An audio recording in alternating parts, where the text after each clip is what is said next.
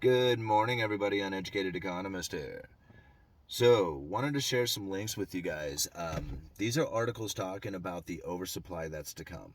And this oversupply is coming to things that were in extremely high demand that could not be acquired, that sent a ripple through the market, or not through the market, but through the data of the distribution networks that was very obscured. And it's the bullwhip effect, and it's really starting to happen. Now, take a look at the article. This is in Australia for these solar panels. And these solar panels are now coming in an oversupply. And these people who have these solar panels for sale are now selling them for less than what they paid for them because they need to move this inventory out. And this is something that I knew was going to start taking place. I mean, I didn't know when and I didn't know where you were going to see it.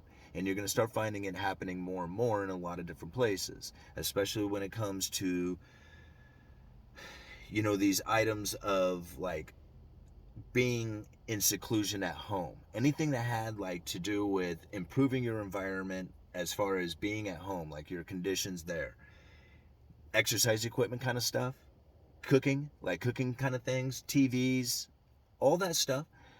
All those things are going to start flowing into the nation.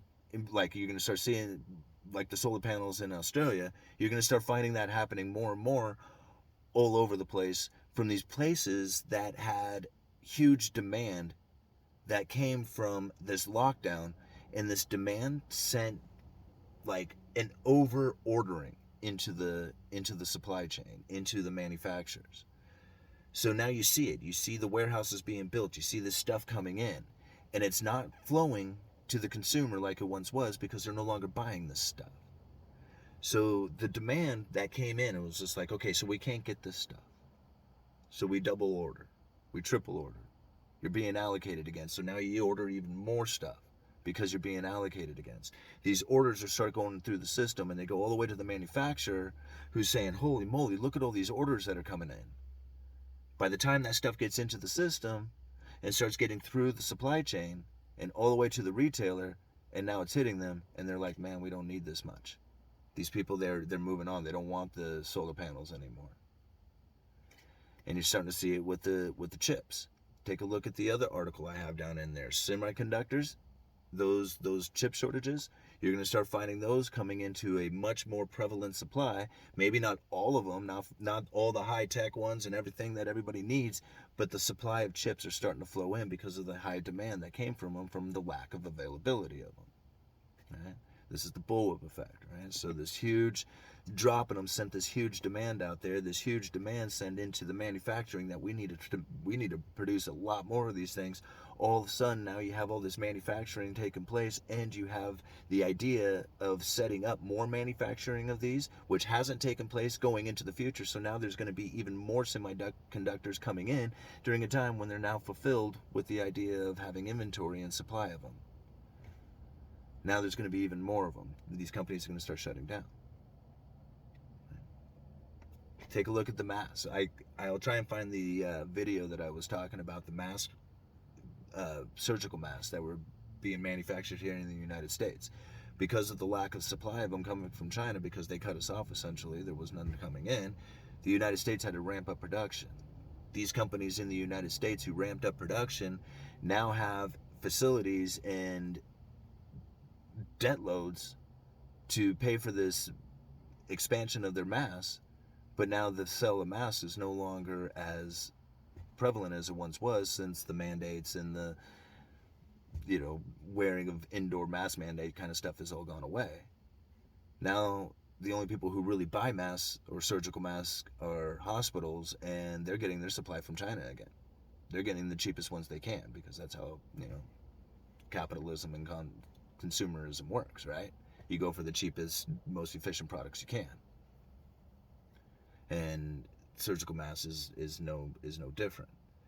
So these American mask companies, they're starting to fail, or they're gonna fail if something doesn't happen. So what do? You get the nation to step in, because you're like, okay, so the United States government now has to step in because we have to have a supplier of surgical masks so that we can be resilient in case the next sickness comes. We're not reliant on foreign imported surgical masks. or you got to stock so many of them and you don't know how many you need to stock. You see the dilemma that comes from this. Well, if you do all this like preventative things to prevent from, like, you know, being a shortage, well, then now you have a bunch of masks sitting in warehouses and that costs money. Well, that makes the masks cost more money. And if the mask costs more money, people who are rolling through masks, buying them on a regular basis, are going to go for the cheapest one. And again, you go to the foreign import. So it's just like, what do you do? Right? This is where like trade balances are so important. This, you know, I mean, understanding like the Cantillon effect is really important too, man. I'm jumping all over. This is how I do it in the mornings, isn't it? I just drink way too much coffee and come out here and just go crazy. But this is really where the Cantillon effect is really taking place, where you can see that the cheaper foreign imports are now competing with the domestic ones because the domestic ones have become so expensive with all the new money that had poured in. So as this new money poured in, got into those American masks started ramping up production. Then all of a sudden now they're competing with the foreign imports again, and now they can't compete. That's really the Cantillon effect taking place there, and like a quick description of it. So it's happening. Like, we're, you know, the Federal Reserve is raising their interest rates. It's obvious that that's going to put a slowdown on consumer, right? Consumerism, or whatever you want to call it. When this takes place, there's going to be inventory builds because there's so much stuff flowing in, right? 100 container ships outside the nation now gone down to 40, or outside of LA, down to 40 now or something. I can't remember what the number is, but the stuff is coming in. And then pretty soon we're going to find that all of a sudden there's no more stuff coming in because people aren't going to be ordering. And if there is no ordering, what are the manufacturers going to do? They're going to stop producing. And then you're going to have a real problem, because then you're going to have a lack of supply. And that's really going to send the shortages, and that's really going to send the prices, and that's when you're going to really see a problem. Right? So until that happens, you're going to find a moment where all of a sudden the availability of money is dropping because the interest rates are rising, right? So you can't get as much cheap money coming in. Inventory levels rise. That's going to cause prices to drop. And you're going to find it happening on a lot of stuff, except for food. Food is going to get very expensive very fast. And you can see it in the articles right now. There is going to be a worldwide food shortage coming up, and I said this was going to happen. And the number one thing that you can do to protect yourself right now is to learn to can. I got to go to work. I was only going to make like a 5-minute video, but I am going to leave links into the description for the canning video that I had done. If you have any skill that you need to take on that you have not learned yet, it's canning. Canning is going to probably, you know, canning your foods, preserving food in jars. This is probably going to be the number one skill that you can have going into the next probably 2 years. But after that, you're going to find that farmers are going to try and make a lot of money off the food shortage that comes in, and they're going to start producing way more food, and then we're going to have an oversupply of food, and then there's going to be like the complete opposite of everything that you see taking place, like it always does. All right, I got to go to work. Uneducated economist, you guys let me know.